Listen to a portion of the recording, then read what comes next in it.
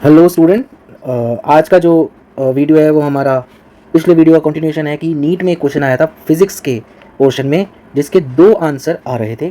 तो आज supreme court ने निर्देश दिए थे कि आईआईटी दिल्ली से 3 एक्सपर्ट की कमेटी बनाई जाए जो डिसाइड करेगी कि कौन सा ऑप्शन सही है। तो आज उसका रिजल्ट आ गया है और उन्होंने ऑप्शन 4 को सही माना है। ये अलग अलग सेट के मुताबिक है, तो हम देख लेते हैं कि हमारे जो भी सेट था उसके मुताबिक क्या आंसर आएगा। तो मैं आपको थोड़ा सा बता देता हूँ कि क्वेश्चन कुछ ऐसा सा था। क्वेश्चन में दो स्टेटमेंट थी, स्टेटमेंट 1 एंड स्टेटमेंट 2। स्टेटमेंट 1 कहती थी जो एटम है, atom are electrically neutral as they contain equal number of positive and negative charge. ये स्टेटमेंट सही है।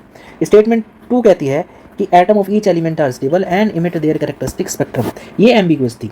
इसी स्टेटमेंट के लिए हमने जो सुप्रीम कोर्ट ने एक कमेटी बनवाई थी और उन्होंने डिसाइड किया है कि ये स्टेटमेंट गलत है। थोड़ा सा मैं और बता देता हूँ कि कैसे चल रहा था। एक आईआईटी दिल्ली के प्रोफेसर थे, उन्होंने बताया था कि स्टेटमेंट 1 सही है, स्टेटमेंट 2 गलत है। फिर एक एनसीईआरटी है ओल्ड एनसीईआरटी और एक एनसीईआरटी है न्यू एनसीईआरटी। ओल्ड एनसीईआरटी के हिसाब से स्टेटमेंट 1 और स्टेटमेंट 2 दोनों ही सही आ रही थी, बट न्यू एनसीईआरटी के हिसाब से उसमें लिखा था, जो भी उसमें लिखा था उसके हिसाब से अगर मैं देखूँ तो 1 स्टेटमेंट सही है और सेकंड स्टेटमेंट जो है वो गलत है।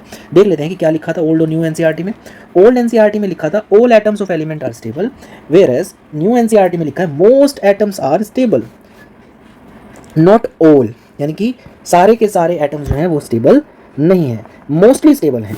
तो उसी की वजह से जो हमारा स्टेटमेंट 2 है atom of each elements are stable, ये स्टेटमेंट कैसी हो जाती है, गलत हो जाती है। और उन्होंने न्यू एनसीईआरटी को ही प्रेफर किया है, तो उनके हिसाब से स्टेटमेंट 1 सही है, स्टेटमेंट 2 इनकरेक्ट है। तो इस क्वेश्चन के मुताबिक आपका ऑप्शन जो है वो फर्स्ट जा रहा है। अब थोड़ा बात कर लेते हैं कि इस आंसर से किन को इम्पैक्ट पड़ने वाला है।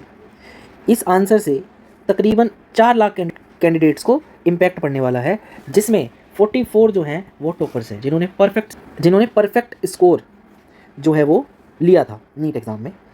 इसमें देखा जाए तो 4.2 लाख स्टूडेंट्स हैं जिन्होंने सेकंड ऑप्शन चुना था, यानी कि ओल्ड वर्जन ऑफ एनसीईआरटी के हिसाब से चुना था, means first is correct and second is correct. और 9.28 लाख स्टूडेंट हैं जिन्होंने फोर्थ ऑप्शन यानी कि first is correct and second is incorrect, मतलब न्यू एनसीईआरटी के हिसाब से आंसर को टिक किया था। तो इस वजह से हो सकता है कि कुछ टॉपर्स की रैंक जो है वो चेंज हो जाए। तो इसी तरह की वीडियोज़ के लिए हमारे साथ बने रहिए। Thank you so much.